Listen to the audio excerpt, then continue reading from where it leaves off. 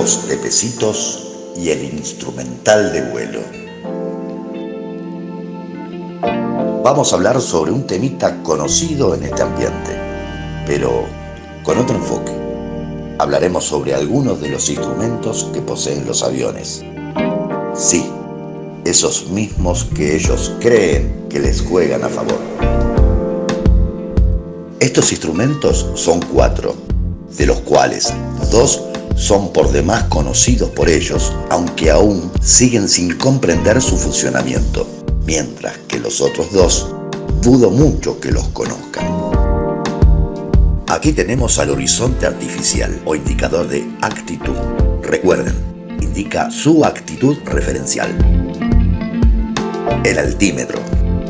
Este instrumento, si bien nos da la altitud a nivel del mar, recordemos que lo que mide es presión barométrica.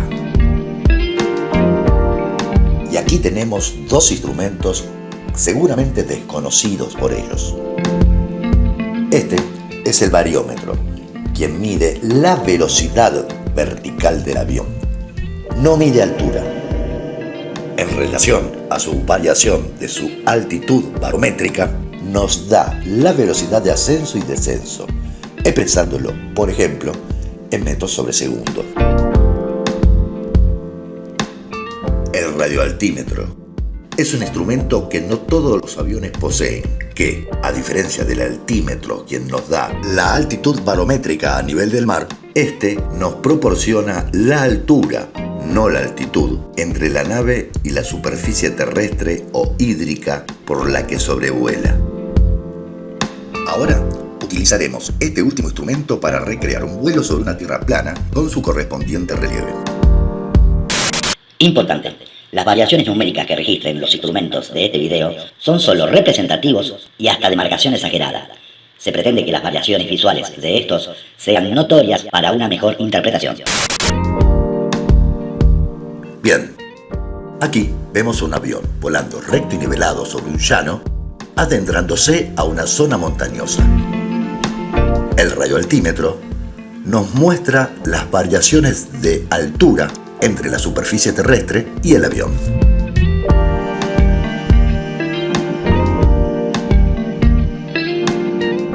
Por lo que hemos visto, no hay duda alguna que el avión ha volado sobre una tierra plana, tanto en llanura como en zona de montañas, manteniéndose en un vuelo recto y nivelado.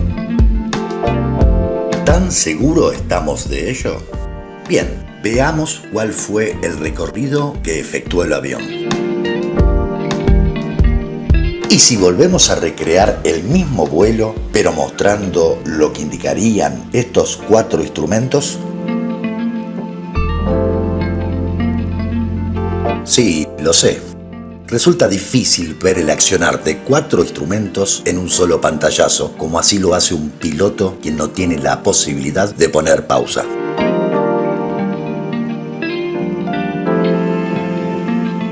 Ahora, analicemos cada uno por separado durante el mismo vuelo. El horizonte artificial. Estar volando recto y nivelado no implica que la actitud del avión, es decir, su postura, sea ni paralela a la superficie terrestre ni que esté a nivel.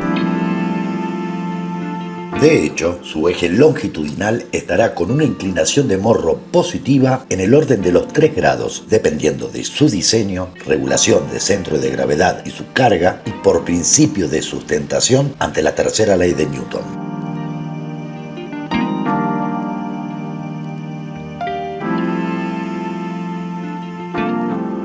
No creo relevante tener que explicar el comportamiento del horizonte artificial ante el vuelo propuesto. No obstante, a posterior detallaré más en cuanto a su funcionamiento.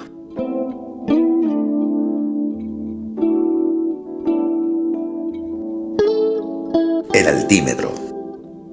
Ya habíamos dicho que este instrumento mide y compara presión atmosférica setiada que, por conversión, nos da la altitud a nivel del mar a sabiendas que la presión disminuye con la altura. Si sobrevoláramos una montaña en vuelo recto y nivelado, el altímetro no mostrará variación alguna. Lógicamente, el radioaltímetro sí lo haría. El bariómetro. Lo que esta aguja indica no necesariamente implica un cambio de actitud de la aeronave o una maniobra voluntaria por parte del piloto. El bariómetro puede registrar el ascenso o descenso de la masa de aire por la que vuela la nave. Lo registrado por este instrumento no necesariamente coincidirá con la actitud que nos indica el horizonte artificial, pero sí lo hará en criterio con lo indicado en el altímetro. El radioaltímetro es un instrumento de altura limitada, por demás útil para vuelos bajos, aproximaciones y aterrizajes en condiciones de vuelo IFR o con escasa o nula visibilidad. Este instrumento no reemplaza al altímetro ni viceversa, recordando que el radioaltímetro lee su distancia vertical con la superficie terrestre, pudiendo alertar ante alturas mínimas programadas. Ahora sí, veamos nuevamente cómo actúan los 4 instrumentos juntos.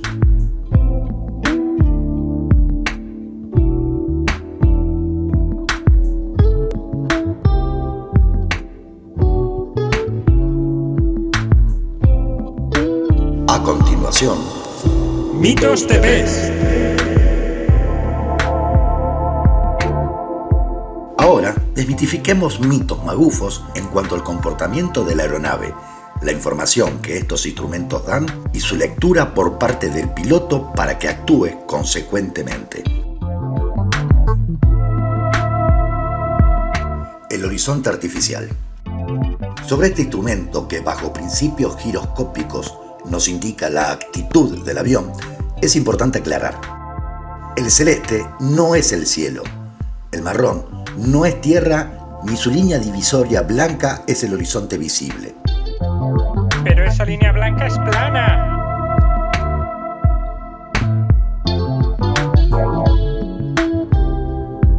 En vuelo de altura, su marcación debería indicarse así.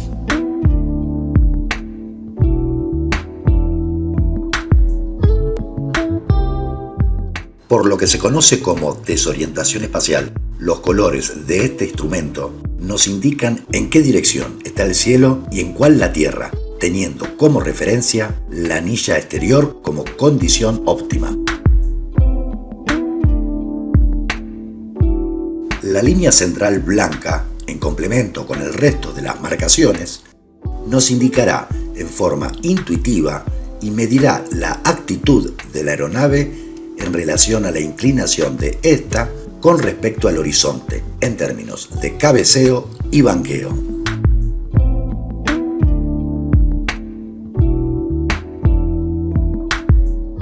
Lo que nos indica el horizonte artificial suele parecernos reflejo exacto sobre la tendencia de viraje, variación de altura y rumbo del avión. Pero no siempre es así.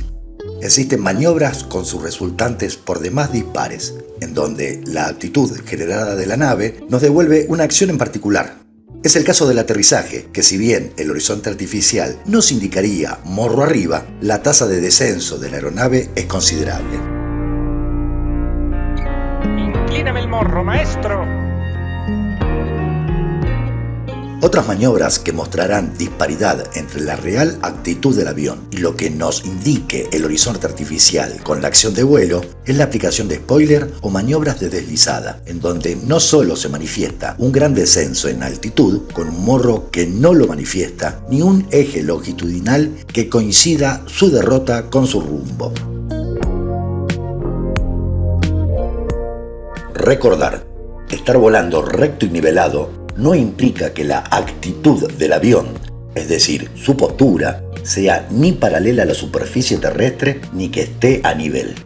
Su eje longitudinal estará con una inclinación de morro positiva en el orden de los 3 grados, dependiendo de su diseño, regulación de centro de gravedad y su carga, y por principio de sustentación ante la tercera ley de Newton.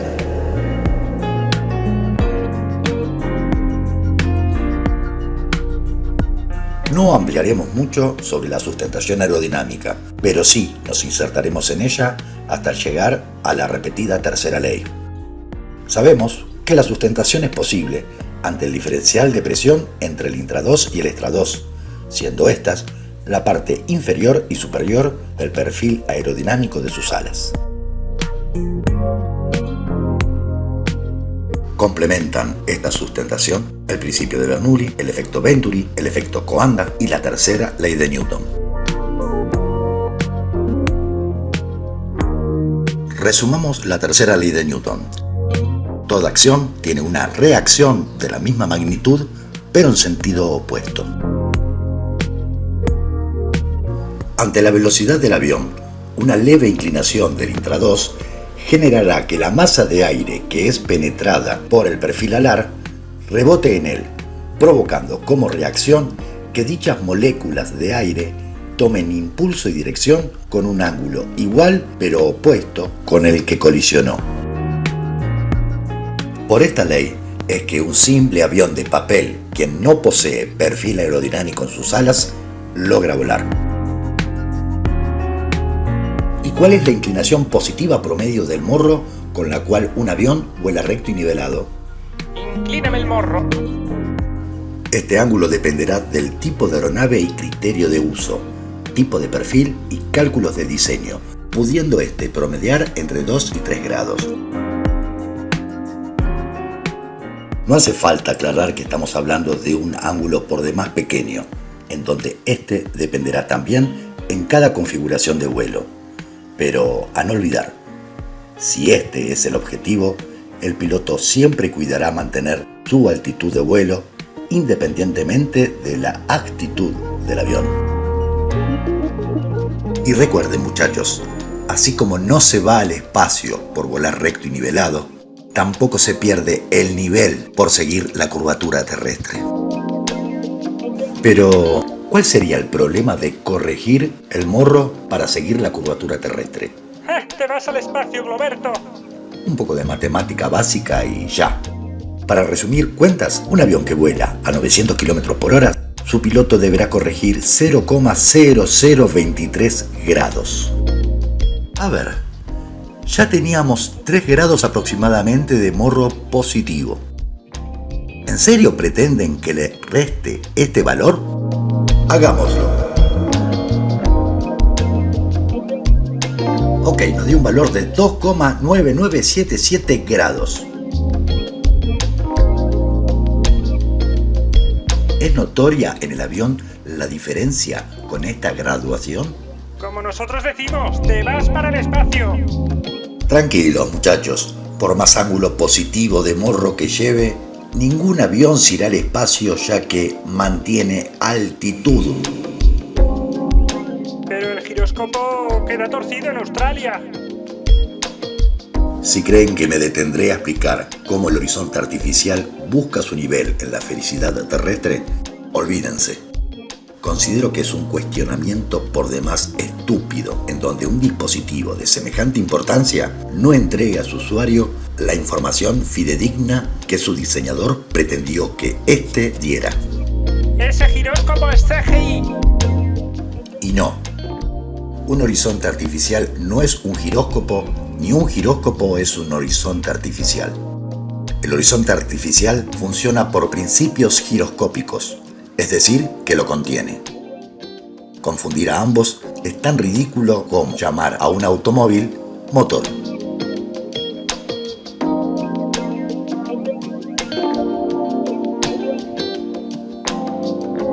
El altímetro. El altímetro no da la altura del avión hacia la superficie como sí lo hace el radioaltímetro, sino que toma lectura estática de la isobara de presión en la que se encuentra y que, conforme a este nivel de referencia, marcará la altitud de vuelo. Aquí emularemos un vuelo recto y nivelado y otro vuelo ascendiendo y descendiendo en altura.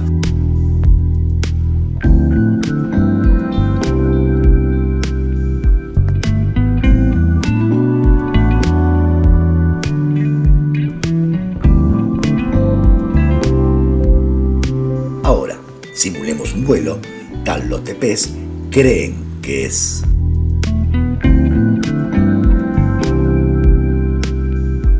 ¿Está volando nivelado? ¿Mantiene su altura?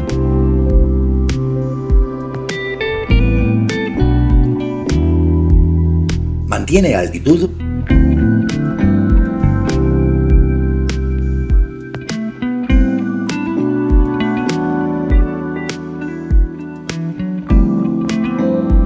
mantuvo su nivel de vuelo? Que quede de una vez por todas claro, manteniendo su actitud barométrica, su cabeceo conforme a nivel dependerá de la actitud del avión.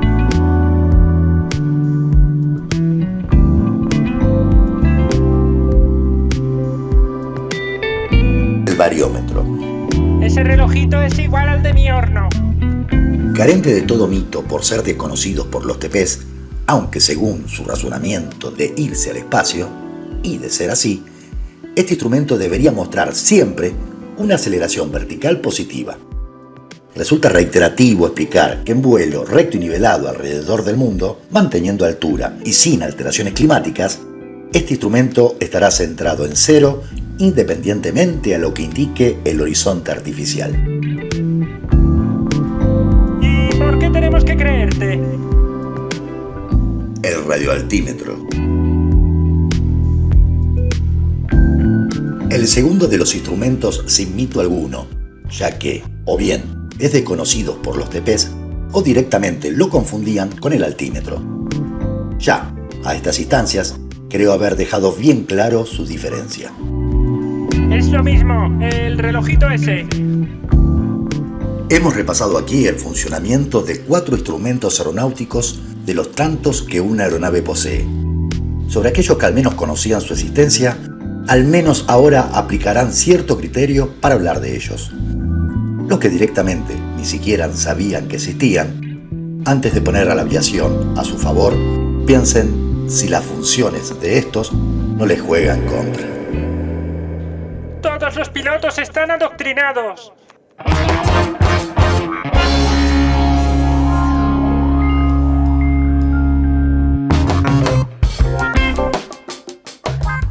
Bien, espero haber sido lo suficientemente claro, aunque soy por demás consciente que a quienes he dirigido este video no lo entenderán o no querrán hacerlo. Considero importante esbozar una reflexión final al respecto, por más que reconozca lo utópico que será que lo aquí mostrado les sea de utilidad. Sí, a ellos.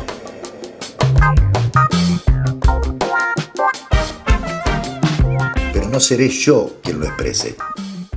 Para ello, es un honor que el piloto comercial y gran amigo Marcos del canal X-Aviation efectúe el broche de oro que dará fin a este video.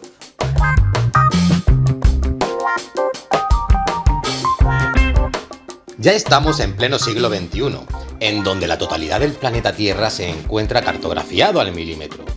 El sistema de coordenadas que se utiliza para geolocalización no solo que corresponde a un planeta esférico, y solo a este, sino que es por demás exacto, sin margen de error alguno.